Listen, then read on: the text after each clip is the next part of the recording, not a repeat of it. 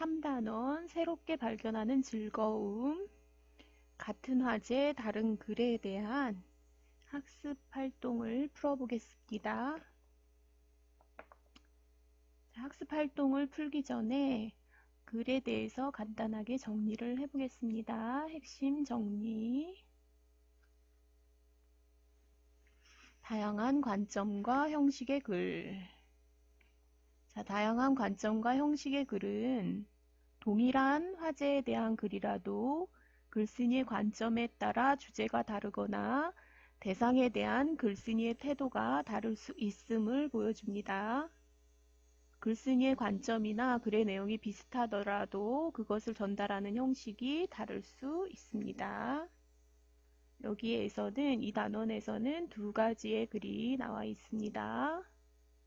관점이나 형식의 차이를 파악하며 여러 편의 글을 비교하며 읽으면 대상을 객관적으로 파악하고 깊이 있게 이해할 수 있습니다. 어느 한쪽에 치우치지 않은 균형 잡힌 시각을 지닐 수 있습니다. 자, 소금 없인 못 살아. 장인용의 글이죠. 갈래는 설명하는 글, 성격, 분석적, 객관적. 소재는 소금이 되겠고요. 주제, 우리 생활에서 없어서는 안 될 중요한 존재인 소금. 소금의 긍정적인 면을 제시를 했죠. 특징, 소금의 역할을 체계적으로 정리하여 쉽게 전달하고 있습니다. 두 번째, 독자의 이해를 돕기 위해 다양하고 구체적인 예시를 제시하고 있습니다.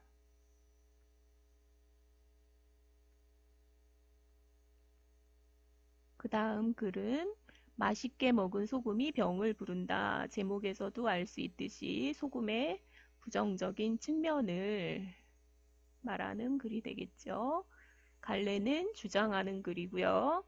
성격은 과학적, 논리적, 객관적입니다. 소재는 소금이 되겠고요. 주제, 과다한 소금 섭취의 위험성을 경고하고 있습니다. 특징은 첫째, 현실 상황을 제시하며 독자의 흥미를 유발하고 있습니다. 두 번째, 과학적 사실과 연구 결과를 근거로 글쓴이의 주장을 뒷받침하고 있습니다. 자, 그러면은 학습 활동을 풀어보겠습니다.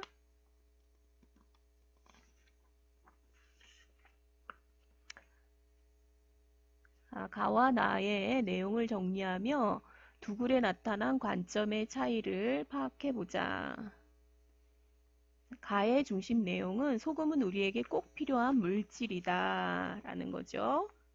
나의 중심 내용은 소금을 과다하게 섭취하면 건강에 해롭다 라는 내용을 다루고 있습니다.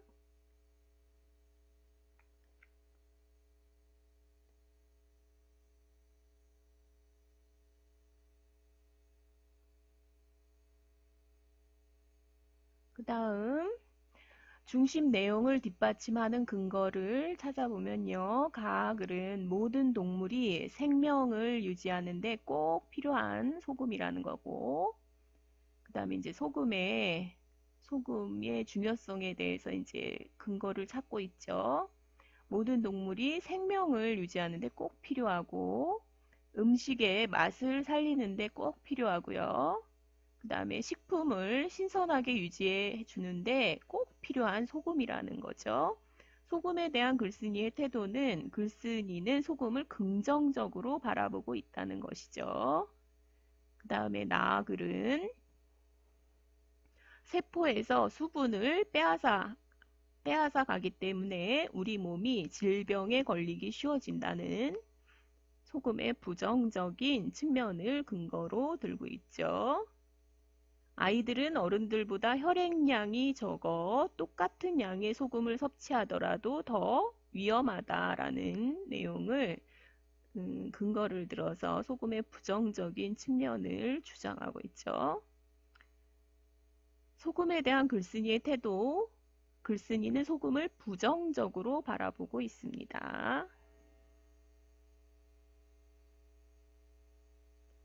다음은 소금과 관련된 공익 광고이다. 앞에서 읽은 글과 비교하며 읽어보자. 글가와 나와 글가나와 공익 광고 다의 형식을 비교하고 각 글의 특성을 이해해보자. 식단은 짜지 않게, 인생은 짧지 않게. 나트륨 섭취량 2400mg, 소금 6g을 증가하면 심혈관 질환, 심장, 뇌졸중, 사망률 36% 증가. 관상동맥, 심장질환, 사망률 56% 증가. 골다공증 위험 증가. 위암 위험 증가. 신장결석 위험 증가. 그래서 소금 적게 먹기 실천 전략. 가정에서 적게 먹고 급식에서 적게 담고 외식에서 적게 먹어라. 이런 공익 광고를 만들었죠. 자, 가글은 글의 형식을 보면 설명하는 글이고요. 표현상의 특징은 대상의 특성을 체계적으로 정리하여 설명했고요. 구체적인 예시를 제시했죠. 표현의 효과는 대상에 대해 체계적으로 파악할 수 있다. 나, 주장하는 글이고요. 대상의 영향에 대한 과학적 사실을 근거로 제시하고 있고요. 객관적인 연구 결과를 근거로 제시하고 있죠. 주장에 대한 신뢰감을 높일 수 있죠. 주장하는 글이라서. 그 다음에 이제 다는 광고 글이고요. 그림을 활용하여 정보를 제공하고 있고요. 짧은 글과 핵심 단어를 반복하여 사용하고 있죠. 위험 증가 그 단어를 사용하고 있죠. 짧은 시간 안에 중요한 내용을 쉽게 이해할 수 있죠. 이런 이제 가나다의 다른 종류의 글을 이렇게 제시를 하고 있습니다. 같은 소재 다른 종류의 글을. 자, 세 글 중에서 자신의 관점과 유사한 것을 고르고 그 이유를 말해보자. 뭐 예를 들은 거예요. 나는 나와 다와 같이 나와 같이 소금에 대해 부정적이다. 나는 짠 음식을 좋아하는데 살이 많이 찌고 자주 피곤하기 때문이다. 이렇게 이제 소금의 부정적인 관점에 자기의 관점과 유사한 것을 골랐죠. 자, 여러 글을 비교하면서 읽으니 말하고자 하는 중심 내용을 금방 찾을 수 있었어. 이렇게 관점이나 형식이 서로 다른 여러 글을 읽으면 어떤 점이 좋은지 이제 둘이 이야기를 나누고 있죠. 글을 읽으면서 여러 글을 비교하면서 읽으니 말하고자 하는 중심 내용을 금방 찾을 수 있었어. 글의 형식에 따라 표현 효과가 달라진다는 것을 알 수 있었어. 자, 어떤 점이 좋은지 이야기를 해보면요. 대상의 다양한 측면을 이해할 수 있다. 균형 잡힌 시각으로 글을 읽을 수 있다. 능동적으로 글을 읽는 태도를 지닐 수 있다. 이런 좋은 점들이 있죠. 다음 학습활동 적용 문제를 풀어보겠습니다. 자, 모든 별로 동일한 화제를 다룬 여러 글을 찾아보자. 그림 카드 중에서 이제 골라봤습니다. 이제 어떤 것을 예로 들었냐면 행복, 사랑, 친구, 미래, 행복, 가족 이런 것 중에서 이제 행복을 선정을 했습니다. 여기서는 이제 친구를 예를 들었네요. 그리고 이렇게 자기가 정한 화제를 이제 다룬 여러 글을, 그러니까 중심 소재가 같은 여러 글들을 찾아보는 거죠. 읽어보는 거죠. 모든 구성원이 해당 화제에 대한 이야기를 나누어 보고 해당 화제를 다루고 있는 글을 다양한 매체에서 찾아보고 찾은 글이 적절한지 의논하고 최종적으로 함께 읽을 두 편의 글을 선정한다. 여기서는 이제 친구를 예로 들었어요. 친구. 그래서 일에서 찾은 글을 함께 읽어보자. 선정한 글이 이제 벗이라는 조병아 씨의 글이죠. 시. 자, 선정한 이유. 친구의 중요성을 다양한 비유적 표현을 통해 나타낸 시이기 때문이다. 그 다음에 이제 두 번째 선정한 글은 황순원 씨의 학이라는 소설이 되겠습니다. 우정의 힘으로 이념적 갈등도 극복하는 인물들의 모습을 그린 소설이기 때문이다. 이렇게 그 같은 화제의 다른 글을 읽어봅니다. 그 다음에 이제 행복에 대해서 이제 선정한 모둠 어떤 글을 선정했냐면 법륜 스님의 행복이라는 수필을 선정을 했죠. 그 다음에 선정한 이유는 행복해지기 위한 방법이 무엇인지 궁금하기 때문이다. 이렇게 적어봤고요. 그 다음에 이제 유치환 시인의 행복이라는 시를 선정을 했어요. 그런 다음에 이제 선정한 이유를 적었죠. 사랑과 행복을 주제로 한 대표적인 시이기 때문이다.